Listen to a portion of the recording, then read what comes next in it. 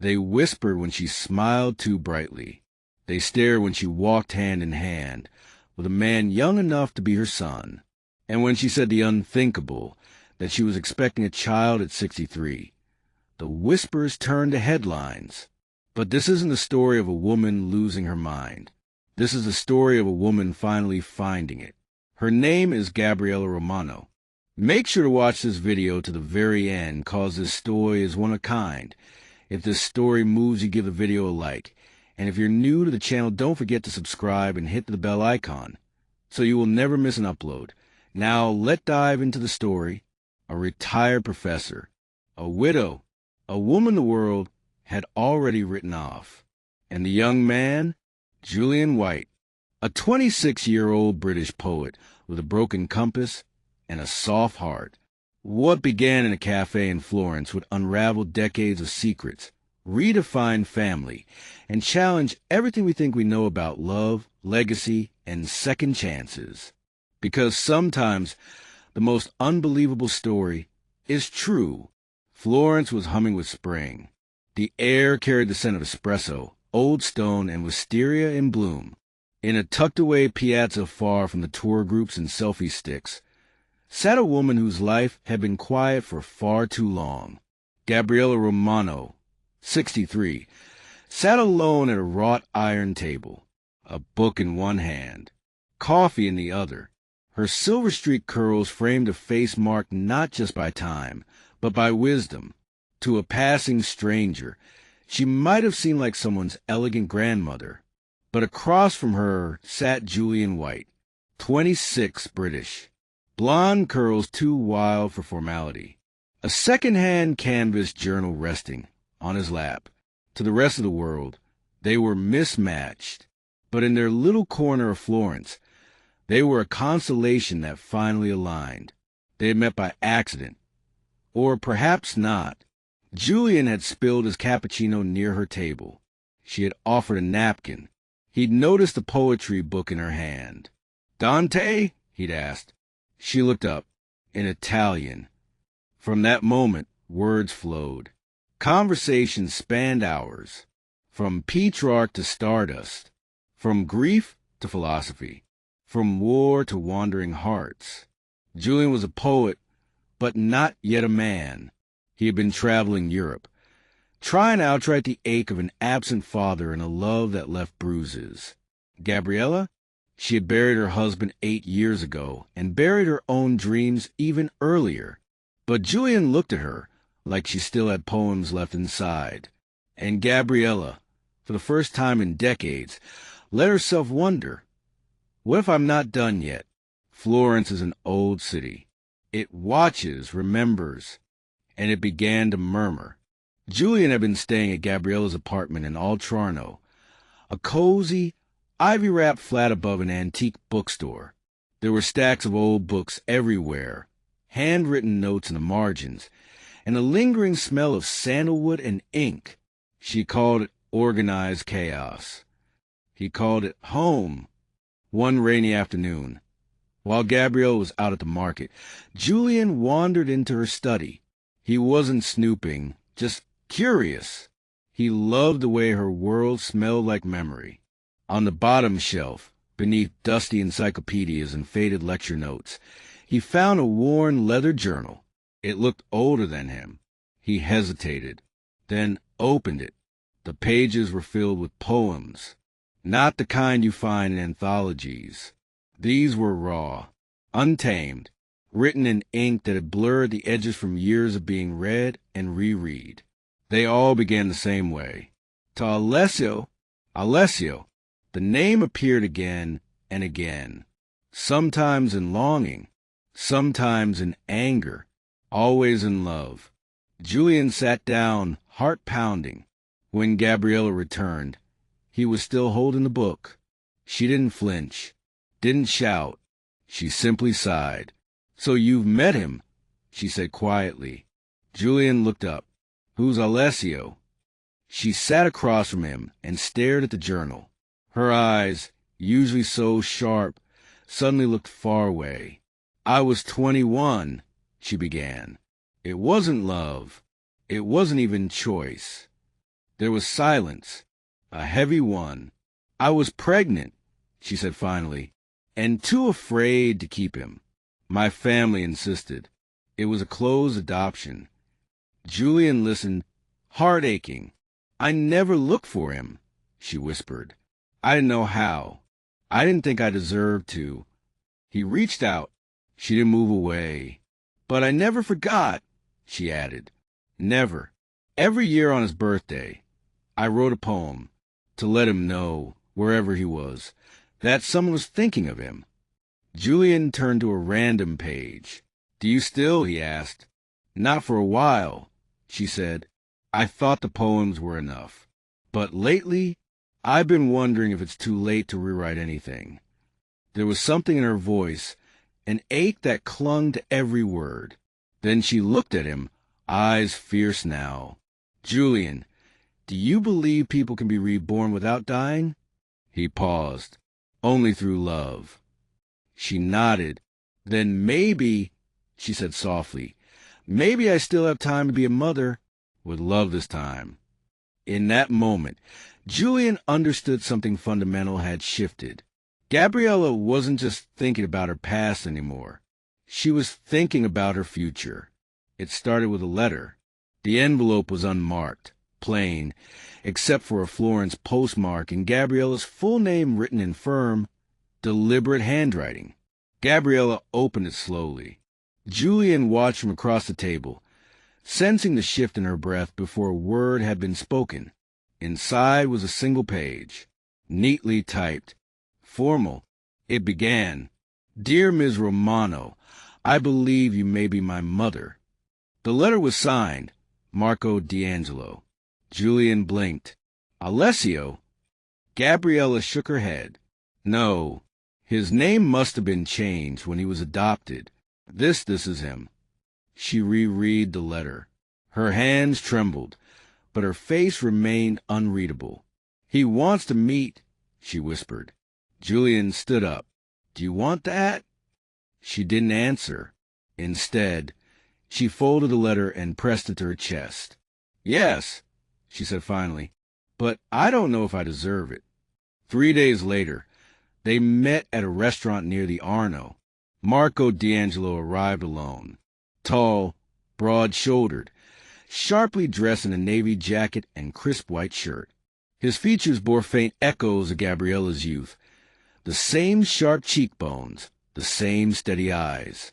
But his gaze was not warm. It was cautious. "You're her," he said flatly. Gabriella nodded. "I am." Marco sat. The silence between them was colder than the glass of wine he barely touched. Julian sat a few tables away, pretending to read, watching the way Gabriella tried to smile, to soften, to reach across a lifetime. But Marco was not there for comfort. "I'm not here for a reunion," he said bluntly. "I just want to see your face. See what kind of woman gives away her child and then decides to start over like nothing happened." Gabriella's voice cracked. "I didn't start over.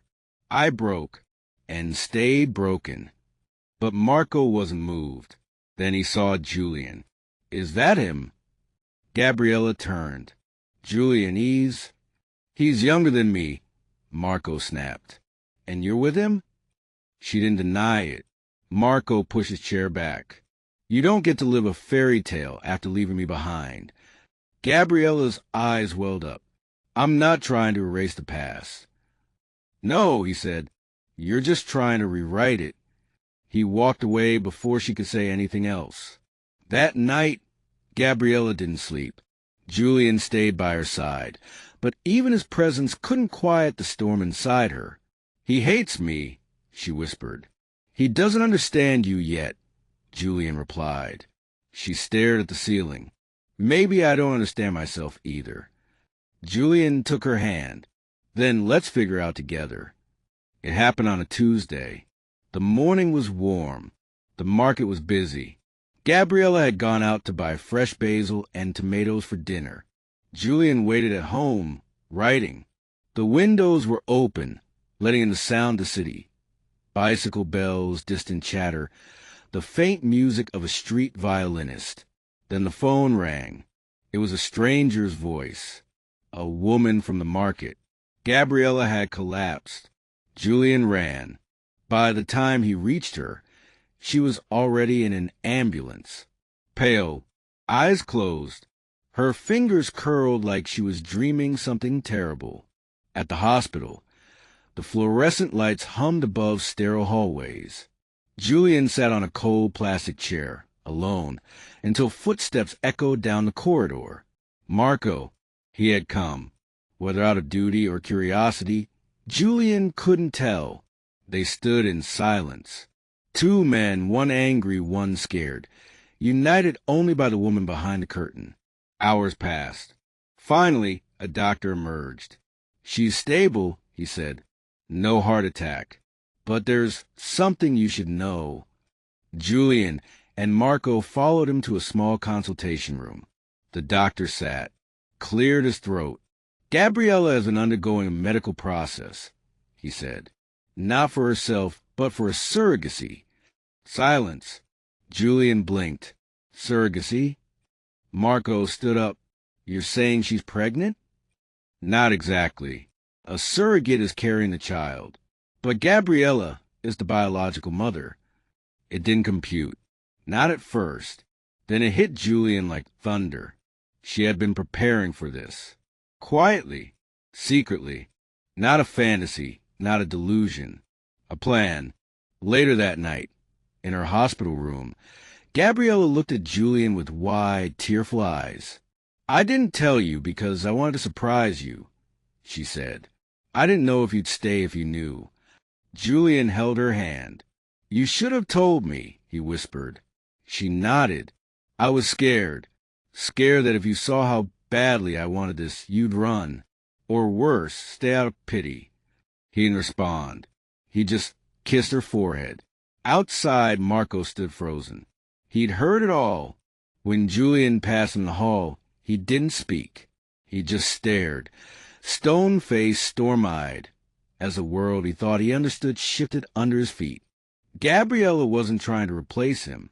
She was trying to redeem herself. The hospital room became her sanctuary for a while. Gabriella's condition stabilized, and she returned home. But peace did not follow. Because Marco, still raw with disbelief, with judgment, with wounds never fully acknowledged, did something that changed everything. He went public. It started with a whisper on a local blog, then a column in the Florence Chronicle, then national headlines. Retired professor, 63, plans baby with 26-year-old lover. Widow or delusional? The woman trying to rewrite motherhood. Love or madness? Marco had leaked everything. Hospital records, photographs, interviews with people who didn't know Gabriella, but spoke anyway. Former colleagues, neighbors, even a priest. They all had something to say, and almost none of it was kind. They'd painted her as reckless, mentally unstable. Some suggested Julian was exploiting her. Others said she'd paid him to stay. Gabriella stopped going out. Shutters closed. Phone off. Her world narrowed to a single room with too many shadows. But Julian didn't leave. He cooked, cleaned, held her when she couldn't stop crying. And then he fought back with words. On his blog, he posted an essay titled, "You Can't Call It Madness If It Comes From Healing." He wrote about Gabriella's courage, her honesty, how she never chased youth, only meaning, how her desire to be a mother again wasn't fantasy, but a form of rebirth. His piece went viral. Then he went on Italian radio. When the host asked, "Do you love her?" Julian answered, "Yes, not because she's different, but because she sees the world with a kind of truth most people spend their whole lives running from." That moment shifted the tide. Some called it poetic. Others called it desperate. But a few, just a few, began to understand. Gabriella still hid from the cameras, but she smiled when she heard Julian's voice. "You didn't have to do all that," she whispered. "I didn't do it for you," he replied. "I did it because I know who you are. and you deserve more than silence." She kissed him then, not like a broken woman, not like someone begging for rescue, but like someone who'd finally been seen, not for her age, or her past, or her pain, but for her truth. Outside, the headlines continued, but inside the walls of their small apartment, a different story was being written. It was late October when the call came. Lucia, the young surrogate who had carried Gabriella's child, had gone into early labor. Julian drove through rain-slicked streets while Gabriella sat silently in the passenger seat, gripping the small crocheted hat she had made weeks before. At the hospital, the waiting room lights felt too bright, the coffee too bitter. Time moved like molasses. Then Marco arrived. He didn't say a word, just nodded at Julian and sat down across from them. Gabriella's eyes widened. She hadn't seen him since the articles, the radio, the chaos. He looked tired, older somehow, not angry, just human. The three of them sat in silence. Then a nurse stepped in. "She's ready." Julian stood. Gabriella hesitated. "Do you want to come?" she asked Marco, her voice almost a whisper. Marco looked at her for a long second, then nodded.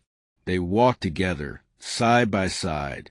The delivery room was filled with sterile light and soft beeping monitors. Lucia, only 24, lay on the bed, sweat on her brow, breath shallow but steady. She looked up and smiled when she saw Gabriella. "She's almost here," the doctor said. Gabriella took her hand. Julian stood at the other side of the bed, whispering encouragement. Marco stayed in the corner, arms crossed, but eyes locked on what was happening. And then a cry.